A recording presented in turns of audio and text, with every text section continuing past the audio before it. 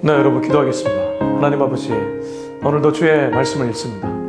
이 민수기 바미드바르 광야에서 일어났던 일들을 우리가 함께 읽어나갈 때에 광야 같은 우리 인생길에 주님의 빛을 비추어 주심, 구름과 불로 인도하셨던 그 하나님의 은혜를 우리도 경험케 하여 주옵소서.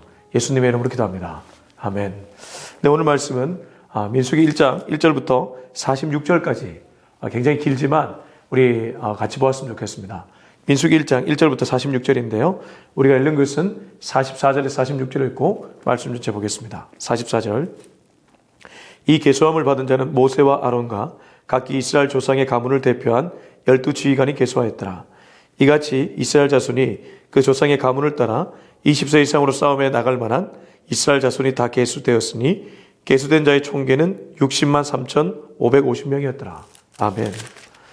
네, 오늘부터 민수기 말씀을 나누고자 합니다. 민수기는 영어 성경에서는 넘버스라고 번역되고 히브리 성경에서는 바미드바르, 광야에서라는 뜻을 가집니다. 아무래도 영어 성경이나 한글 성경은 이 민수기의 첫 장부터 나오는 인구 계수하는 장면을 토대로 이름을 지은 것 같습니다.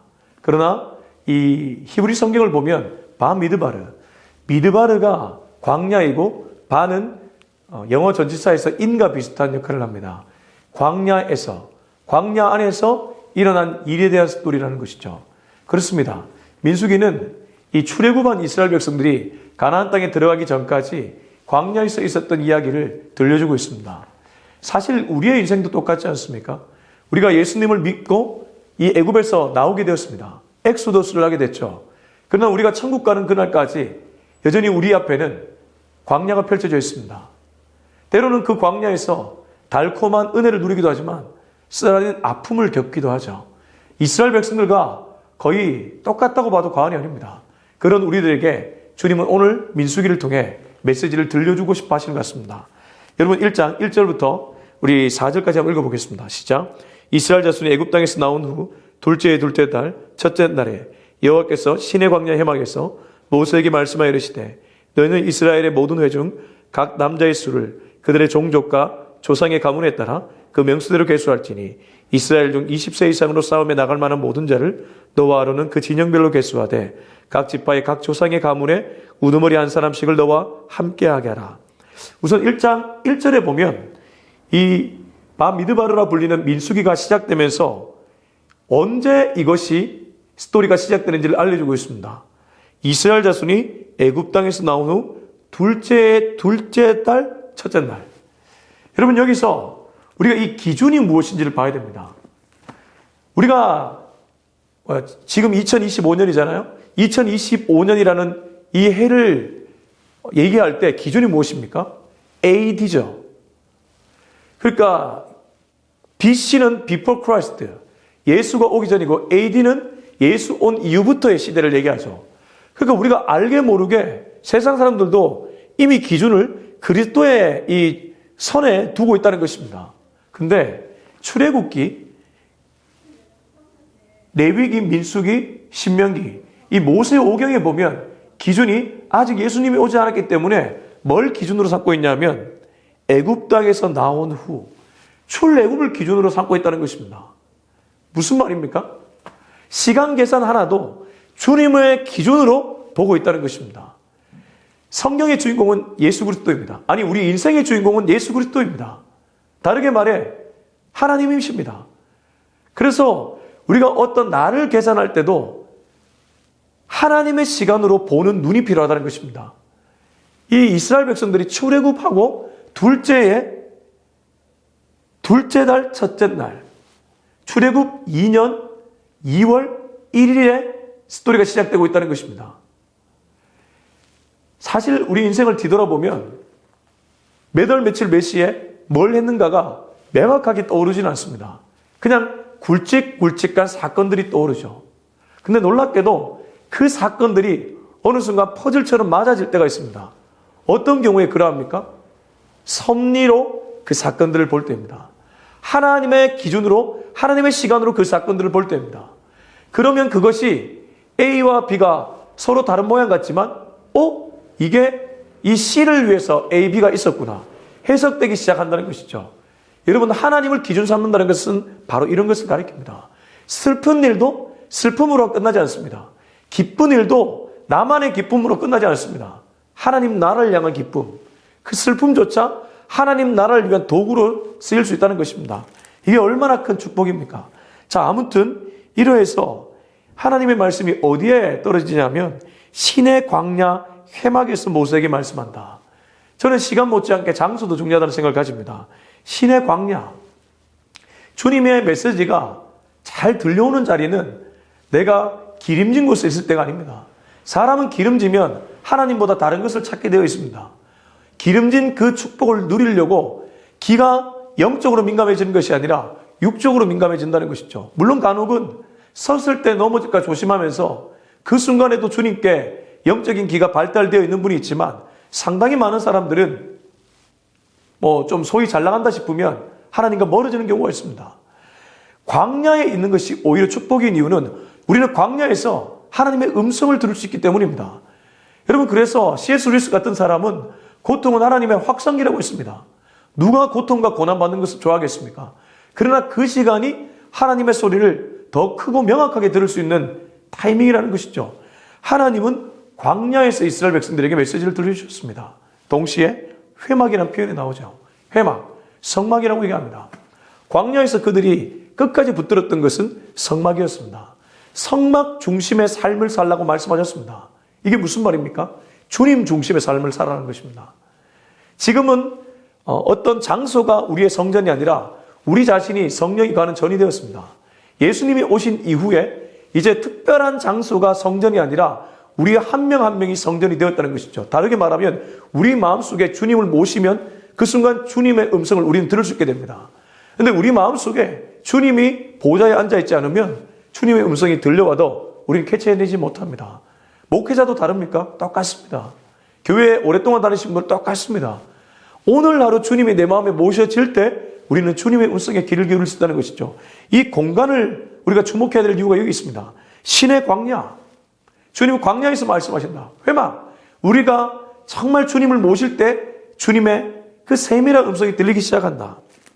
그리고 나서 인구 계수를 하라고 하는데 20세 이상으로 싸움에 나갈 만한 모든 자를 너와 이 아론은 그 진영별로 계수하라고 얘기합니다. 이 계수는 주님으로부터 시작된 계수입니다. 이 성경에 보면 종종 인구 계수가 나오는데 어떤 인구 계수는 주님으로부터 비롯된 것이 아니라 본인이 세력을 과시하기 위해 인구 계수를 하는 경우가 있었습니다. 다윗의 인구 계수였죠. 그러면서 다윗이 아주 혼쭐 났습니다.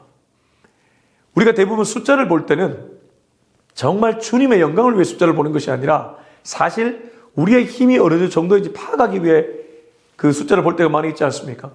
예수님도 그 태어날 때 보면 인구 호적 때문에 그 요셉과 마리아가 그 지역을 옮기는 장면이 나옵니다. 그게 무엇입니까? 결국 로마의 힘을 확인하기 위함 아닙니까? 그런 인구조사는 잘못된 것이지만 지금 여기의 인구조사는 출발이 하나님입니다. 그러니까 이런 통계는 정말 좋은 통계죠. 아무튼 20세 이상으로 싸움에 나갈 만한 사람들에 대한 인구 계수가 시작되었습니다. 그래서 5절부터 16절까지를 쭉 보시면 첫 번째로 나오는 게 우두머리입니다. 왜냐하면 4절에 각 지파의 각 조상의 가문에 우두머리 한 사람씩을 너희와 함께하게 하라. 그래서 우선 우두머리 이 12명을 먼저 이렇게 계수하기 시작합니다. 이런 거 보면 그때나 지금이나 리더들이 얼마나 중요한지를 알 수 있습니다.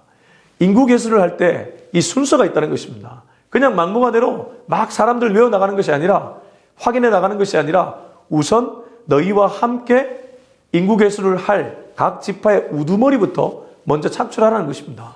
이게 이유가 무엇입니까? 우두머리들이 대단했습니까? 아니요. 주님이 일하는 방식이 이렇다는 것입니다.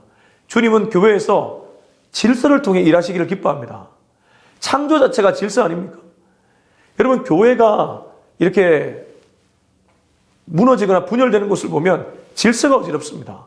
주님의 방식으로 일하는 것이 아니라 각자 자기 소견에 옳은 대로 해간다는 것이죠. 주님은 모세와 아론 그리고 각 지파의 우두머리들을 먼저 계수하라고 하셨습니다.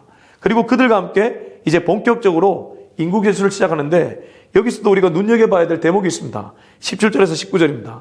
모세와 아론이 지명된 이 사람들을 데리고 둘째 달 첫째 날에 온 회중을 모니 그들이 각 종족과 조상의 가문에 따라 20세 이상의 남자의 이름을 자기 계통별로 신고하며 여호와께서 모세에게 명령하신 대로 그가 시내 광야에서 그들을 계수하였더라.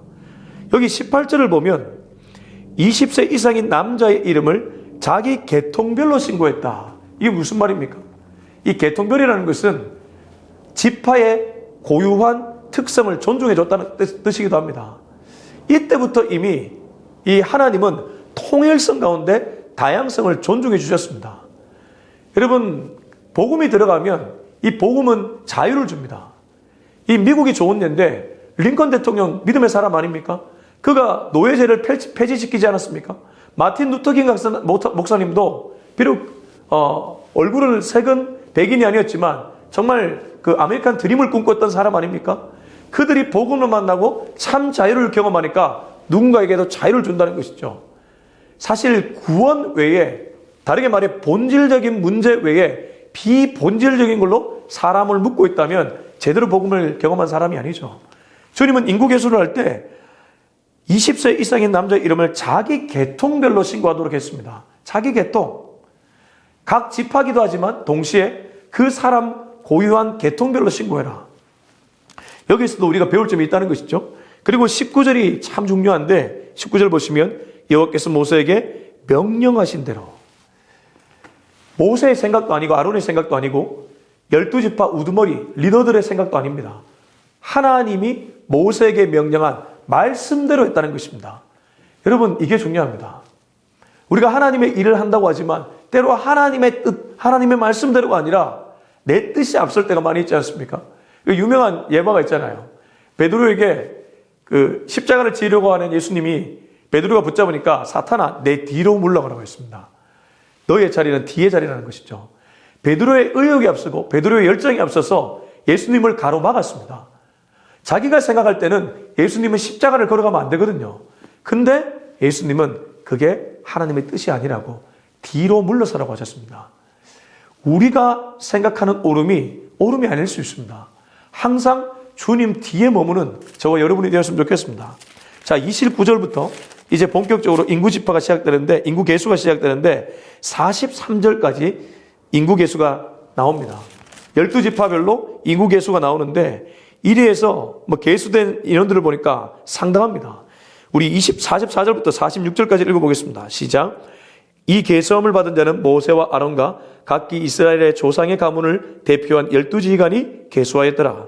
이같이 이스라엘 자손이 그 조상의 가문을 따라 20세 이상으로 싸움에 나갈 만한 이스라엘 자손이 다 계수되었으니 계수된 자의 총계는 60만 3,550명이었더라. 우선 하나님은 하나님의 일을 할 때 함께 일하신다는 것을 알 수 있습니다. 44절에 보면 모세와 아론과 각기 이스라엘 조상의 가문을 대표하는 12지휘관.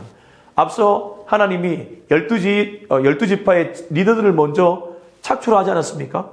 다르게 말해 하나님은 모세와 아론을 통해서만 일하는 것이 아니라 함께 연합해서 일하기를 기뻐하셨다는 것이죠. 그래서 숫자를 보니까 무려 60만 3,550명입니다. 여러분 60만 3,550명. 많아 보이지 않을 수도 있지만 이게 20세 이상으로 싸움에 나갈 만한 장정들의 숫자였다는 것입니다. 그러면 여자나 어린아이나 노약자까지 치면 거의 200만 이상이었다고 볼 수 있겠죠. 그래서 우리가 출애굽한 이스라엘의 수를 200만 대장정이다 이렇게 표현하지 않습니까? 근데 이게 왜 중요합니까? 약속의 성취이기 때문입니다. 주님은 아브라함에게 씨가 없던 아브라함, 아들이 없던 아브라함에게 하늘의 별을 봐라, 바다의 모래를 봐라, 저 수만큼 네가 민족을 이루게 될 것이다. 너는 큰 민족을 이루게 될 것이다. 하나님 뻥치지 마세요. 무슨 큰 민족입니까? 하나님은 한 구절의 말씀도 허투루 하지 않습니다. 아브라함에게 하셨던 말씀, 모세가 인구 계수할 때 그대로 이루어졌습니다. 다르게 말해 오늘 나에게 주는 하나님의 말씀 반드시 나에 대해, 아니 자녀에 대해, 아니 그 후손에 대해 이루어진다는 것입니다. 하나님의 말씀은 땅에 떨어지지 않습니다. 하늘에 응답되는 줄로 믿습니다. 여러분 이 성경 한 토시도 땅에 떨어지지 않고 하늘에 응답되는 하나님의 메시지인 줄로 믿습니다. 그러므로 오늘 우리가 함께 기도할 때 주님, 오늘도 하나님의 말씀에 귀를 기울이는 하루가 되게 하여 주옵소서. 우리 같이 동서로 기도하시겠습니다. 하나님 아버지 감사합니다. 오늘 이 메시지를 통해서 하나님의 말씀은 땅에 떨어지지 않음을 다시 한번 우리가 깊이 깨닫게 됩니다. 주님, 주의 말씀은 살아있고 운동력이 있어 우리 영광과 심령 골수를 찔러 쪼갭니다. 주님 말씀만이 우리를 옳은 길로 인도하는 줄로 믿습니다. 그러므로 이 광야 같은 인생에서 항상 주님 뒤에 머물며 주님을 잘 따라가는 우리 모두가 되게 하여 주옵소서. 이제는 우리 주 예수 그리스도의 은혜와 하나님의 사랑과 성령의 기름 부으심이 주님 뒷자리에서 주님을 잘 따르며 살아가기로 다짐하는 우리 모두의 머리 위에 지금부터 영원토록 함께하기를 간절히 축원하옵나이다. 아멘.